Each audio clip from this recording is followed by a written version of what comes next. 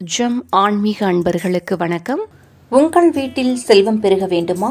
மகாலட்சுமியின் அருளை பெற இதை செய்யுங்கள்.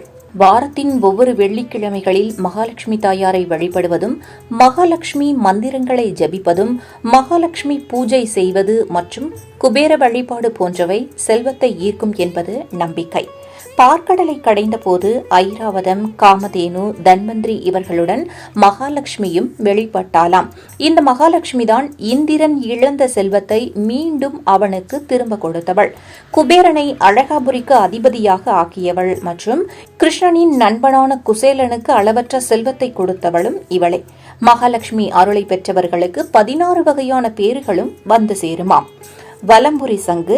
வீட்டில் வலம்புரி சங்கு இருந்தால் வற்றாத செல்வத்தையும் எல்லா வளங்களையும் தரும் என்று நம்பப்படுகிறது. வலம்புரி சங்கு மகாலட்சுமி தேவியுடன் தொடர்புடையது மற்றும் செல்வத்தின் அடையாளமாகவும் கருதப்படுகிறது.